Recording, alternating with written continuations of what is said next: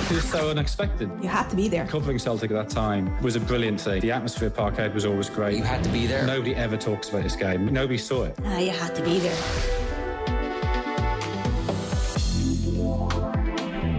The gauntlet was very much laid down by Jonathan Wilson last week in episode 1 of this. You can listen to it back in our podcasts. Dan McDonnell is next man up as we go through some of the best live performances a journalist has ever seen, in the flesh, of course. Dan, how challenging was this for you to put this list together? Pretty challenging, yeah, because you don't want to, like, I know it was described as like greatest individual performances, but then I did listen to Jonathan's piece last week, and he threw in John Kennedy for Celtic, which was a memorable individual display, but I'm not sure if he's suggesting it was a better performance than, I presume, he's watched Messi in a Classico or something like that. It's the ones that stick with you. And I kind of find it hard because, like, this is the classic sort of, I don't know, journalist sort of coming across like a bit of a prat without meaning to, but you've been to so many games and you've been to a lot of, I'm lucky to have been to the last, I think, 3 World Cups and quite a few major tournaments, that you sort of start to forget them. You lose. I think the feeling, ones that made you feel like a fan. And the sad thing is, like, you stop feeling that way, I think, because you're often just immersed in your own world. You're actually sort of, you see great things, but it's very much in the context of, yeah, but I have a deadline here, and you almost lose some of that magic, or I have anyway. Maybe other people manage to sort of retain that. So I actually had to really think about it, and to try and think of ones that genuinely I was sort of thinking about it sort of 24 hours later, and I actually had that sort of lasting impact. Rather than sometimes there's ones that they just, like, that was great, but they sort of go into the dustbin of history of your mind, like, pretty quickly. But I also think as well, people move on from sporting events a lot quicker now. They don't linger. There's just so much. I don't know. People don't. You move on to the next story. You have these incredible Champions League games in recent years, like Barca, PSG, and all these comebacks. The Liverpool one, but it has to be almost extraordinary to live in the sporting cycle, beyond a week, what I mean? But and there's possibly a conversation in there around individual moments as well, that maybe in the modern football we've got these super teams as opposed to that's actually a very good point. The framing here is by singling out players. Yeah. There would be nights that I associate with teams rather than individual players, like that. I mean, I mentioned it earlier, like that Dundalk run in 2016 was amazing, but I associate it as a team, so I couldn't pick out one thing from that, but I did sort of pick out a couple of stories which are a little bit more, for me anyway, my team is a little bit more almost seeing people before they were famous, or seeing them as they were about to take off. I knew them before they were cool. Well, sort of, yeah. It's like I saw this band in Whelan's, before they sort of took off or something. There's a small bit of that in there. Yeah. So our first band that you've seen before they became well known is Wes Hoolahan. Wes Hoolahan. I had to. This was the last one that I included. Like, similar to Jonathan last week, I'm doing it in chronological order. So this is 2004. A game between Shelbourne and Finn Harps, which wouldn't necessarily live long in the memory, only for the fact that this was around the time you're realising, and a lot of people had realised this earlier, but maybe just sometimes you see it in the flesh, you see the hype coming to life, is that this Wes Hoolahan fella is pretty good. And the clip is out there on YouTube if people want to look at Wes Hoolahan, Finn Harps. They'll find this goal that he scored, where he sort of executes this 1-2, and this sort of perfect deft chip that just drops in underneath the crossbar. One of these goals, I still sort of remember it. I still remember sitting in the press box that night, working, watching the game, and just being stirred by it, and just sort of realising that I don't know how many people were in the ground that day. Sort of 1,000, 1,500 people, because Shells even wouldn't have got massive crowds at the time, even though they were pretty good.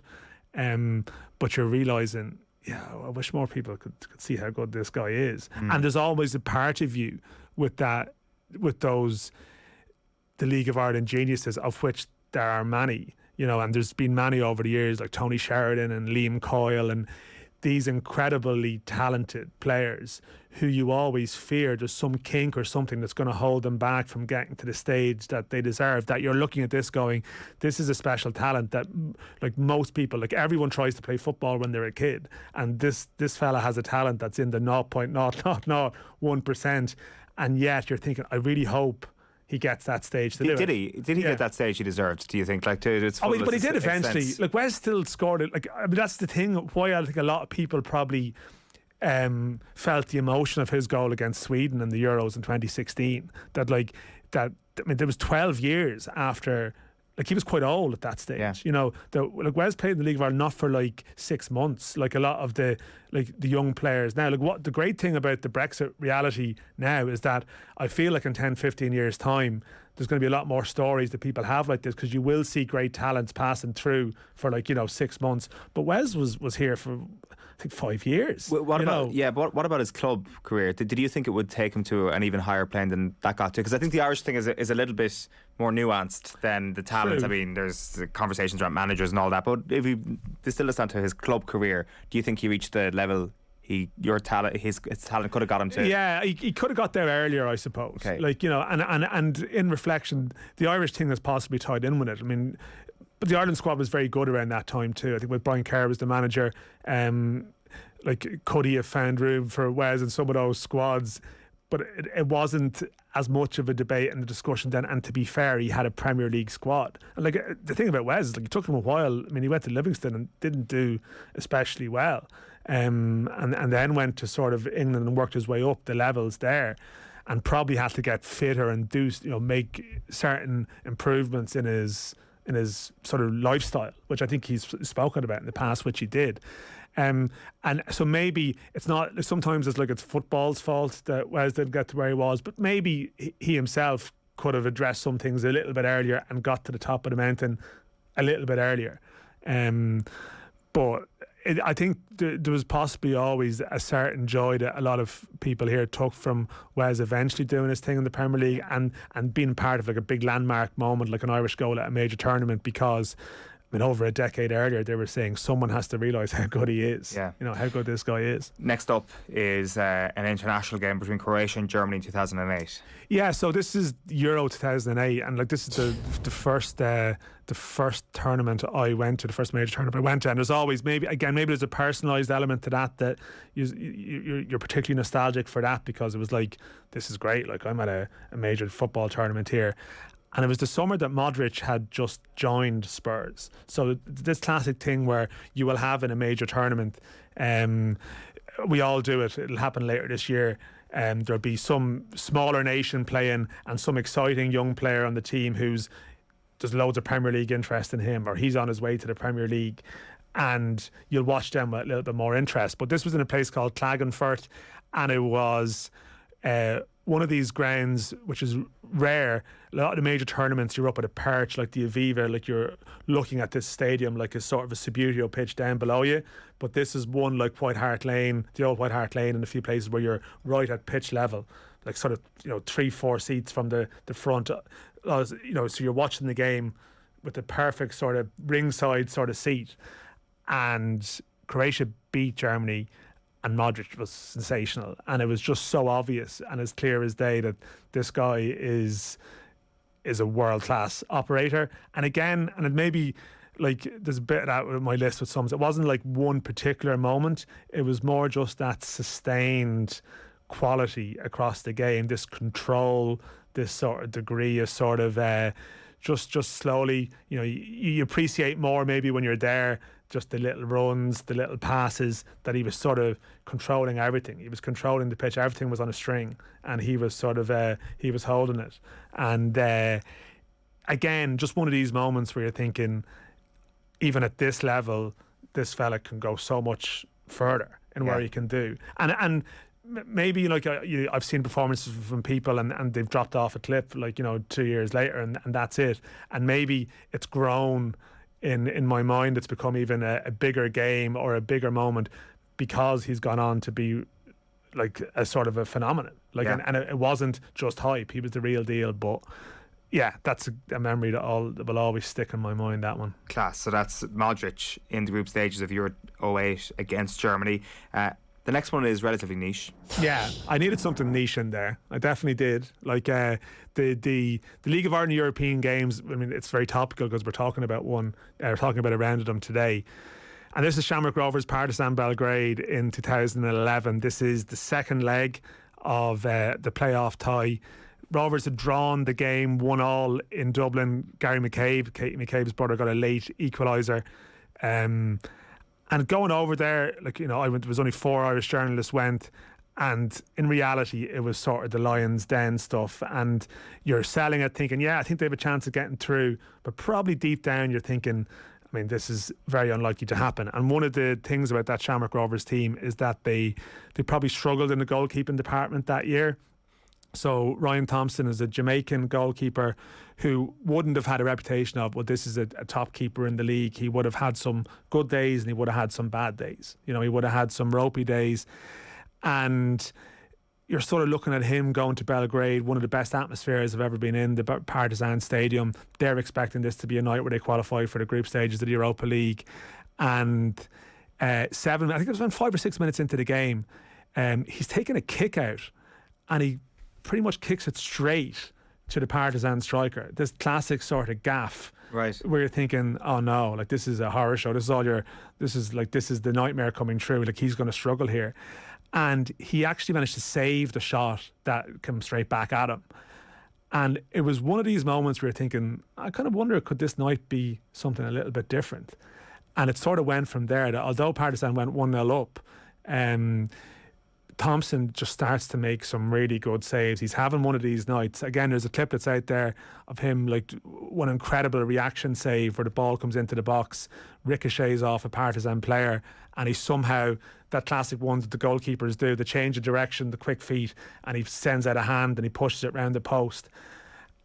And it just, like, it was one of those nights then Patrick Sullivan scored this an incredible 30-yard volley, and Shamrock Rovers go on to win 2-1 after extra time, the first Irish club to ever qualify for the group stages of a competition in this like heaving stadium in Belgrade, where there's like they're booing their players, they're slaughtering their players, but they give a massive round of applause and ovation to the Shamrock Rovers players coming off the pitch, because they knew like this was a sort of a pretty small club having a pretty big moment. I think there was like 35 Shamrock Rovers fans there. There was big security concerns about how they would be treated. I remember even arriving in Belgrade, and everyone who arrived at Belgrade, we were taken into an office, and there was a security guard there and a local police guy there who gave us all individual instructions on how to conduct yourself while in Belgrade for this trip. Wow. And I think they thought that there was going to be like all this trouble or this edge or something, and that didn't materialise. That didn't materialise. And like the Partizan were, I mean, it was a pretty intense, angry place, but more so directed at their own players. Okay. But in the midst of it, you have this goalkeeper who possibly would have been described as, a ropey one, just having one of the nights of his life, gets away with that early mistake, and as the game goes on, he gets better, doesn't concede another. And they go into the group stages and they're playing Spurs and all of that. And he leaves the club. I think at the end of that season, he's gone and he's played around the world in sort of various places, but he'll always have Belgrade. He'll always have a place on Dan McDonnell's list as well. Which that's the key list where he wants to be in. I've got a couple more to go here. 2 more high profile names, I think it's fair to say. Yeah, so Jack Grealish. So we have Jack Grealish, who, I mean, we've heard of him. He's a little known player called Jack Grealish, who is always good to have an ex-Irish under-21 international in the list. But this one, again, it's Sheffield United and Aston Villa, January 2018, where I'd actually gone to Sheffield to interview Enda Stevens, or to do a piece with Enda Stevens after this match. And the classic thing of the journalist thing, if you pop along to a game in the UK to try and watch an Irish player, and you have sort of a loose arrangement to speak to them after the game, you hope that nothing bad happens to them during the match that like changes things. I remember I went over to Chris Forrester when he signed for Peterborough, and he missed a penalty in the 92nd minute of the game, and you have to hover around and meet him afterwards. It wasn't great, but Enda Stevens makes a mistake in the last minute of this game, and I just decided to leave him be. They lose 1-0. But the real takeaway from the night for me was Grealish, because you remember that little period after Grealish defected, where he went off the rails a small bit, and there was this sense of Villa went down, and people thought, well, yeah, we've dodged a bullet there. We don't miss this Grealish guy. You know, I think even around the time of even Euro, I'm trying to think what term was it, Euro 2016, or there was definitely a sense where he was on the downgrade. But this was probably the night that sticks with me, where I was just like, oh no, like, this guy is brilliant. Yeah, like he became this boo boy figure in the Championship. Like for whatever reason, just because of Grealish, he had a bit of presence, a bit of swagger. I didn't realise that he was being sort of booed for no particular reason by Sheffield United fans that night. In the same way, like James McLean would get booed in stadiums just because he's a sort of a figure that annoyed them. He kept getting kicked. He just kept getting up. He kept looking for the ball. Kept taking the ball, he would get fouled. And I know he can be frustrating, Grealish, and where he's going to go to now. And maybe with Villa, he was trying to do everything, which was both a good thing and a bad thing. But I have to admit that you're just watching this game in the same way you're maybe talking about Modric or something, thinking, yeah, this guy's actually probably going to go pretty far in the game. And yeah, it's just one that sort of, I was trying to include something from sort of games in England that I've been to. And that was definitely one that sort of came to mind, that you're watching someone in the Championship, you realise he's going through a character building process right in front of your eyes, and he's good enough to come out the other end. And they didn't even get promoted that season, Villa. It was the next season they got up to the playoffs, but it wasn't a huge surprise to me then that sort of Grealish went on to be whatever, £100 million player. Yeah, no, for sure. Your last one, I think most people will remember this on television anyway. Yeah, so I got lucky in the World Cup in 2018 that I was in Kazan, and I think Jonathan actually spoke about this last week as well, that these World Cups, like the distances are vast, and you sort of gamble on knockout games. You have to book them before you know who's in them, and so it could work out great or it could work out badly. You could think you're going to be preparing for a heavyweight clash and end up with like two low profile teams, but because Argentina came in the back door to the round of 16, I ended up in Kazan for France-Argentina, which was possibly the game of that tournament. You know, like it was just, and to be in the stadium for it was an experience as it was. But Kylian Mbappe in that game was one of those moments, almost like a sporting sound that we're talking about across the show. There was this moment in the game where it was like a long 60-yard pass played over the top, and the acceleration he showed, the sort of lap, I can't even remember who the Argentine defender was, that he effectively sort of lapped him to get to the ball. And there was this sort of intake of breath from the audience. There would have been quite a few neutrals at these games, and you're just realising, again, this is an extraordinarily sort of freakish talent. Like you're already watching elite football, and everyone on that pitch is brilliant by a certain measure. But there are obviously some people who just are that little grade up, you know. And maybe, I don't know, like Mbappe hasn't gone on to be the absolute phenomenon that maybe I possibly thought coming home that he was going to be, you know, straight away, that he would get to that sort of Messi, Ronaldo discussion level. He's not there now, right? Like he's if you were to list like the top 3 footballers in the world, some people wouldn't have him in it, I think, you know. Yeah, has the PSG thing held him back in that regard? Probably has. No, it probably has, and like various stories maybe about his, I don't know, like how's he perceived, and there's maybe people around him that maybe aren't great influences, and all these stories that we've seen a million times. But this was him with everything to prove to the world. Like this is like, and maybe that's the theme here, that a lot of these guys, like, where it was before they'd really got to the top level, so they have that drive. Like we spoke about Aaron Connolly earlier. Like when guys are on the way up, sometimes they actually peak then. They never actually, correct, you know, that's what that actually is their peak. You just don't realise you're seeing it at the time, and like, and they definitely don't realise. No, and maybe Mbappe in that World Cup like may end up being the highlight of his career. It might well be, especially when you look at the Euros last time, missing that penalty, and like the not the damaging effect that has, but it kind of felt at that moment that it was like, oh, there's actually kind of like a negative chapter to this guy's career, where you thought everything was going to be so perfect that it was just a reminder that actually these guys are mortal. Yeah, and it sticks out more. Like I've seen Messi play and Ronaldo play, but they were sort of established figures, and so it was amazing to watch them and a great pleasure to watch them. But there's something about sort of seeing someone who's on the way there, and like that was such a sensational game. But just his contribution to it, even if he didn't score the best goal, you know, and Pavard's the flight of the shot was just stunning, you know. But it was possibly one thing you're thinking, I'm going to be telling people in many years to come. 100%. I saw Mbappe play in that game. He was absolutely sensational that day. Dan, an excellent list, I must say. Fair play to you. Yeah, that is this week's You Had to Be There. It was so unexpected. You had to be there. Covering Celtic at that time was a brilliant thing. The atmosphere at Parkhead was always great. You had to be there. Nobody ever talks about this game. Nobody saw it. You had to be there.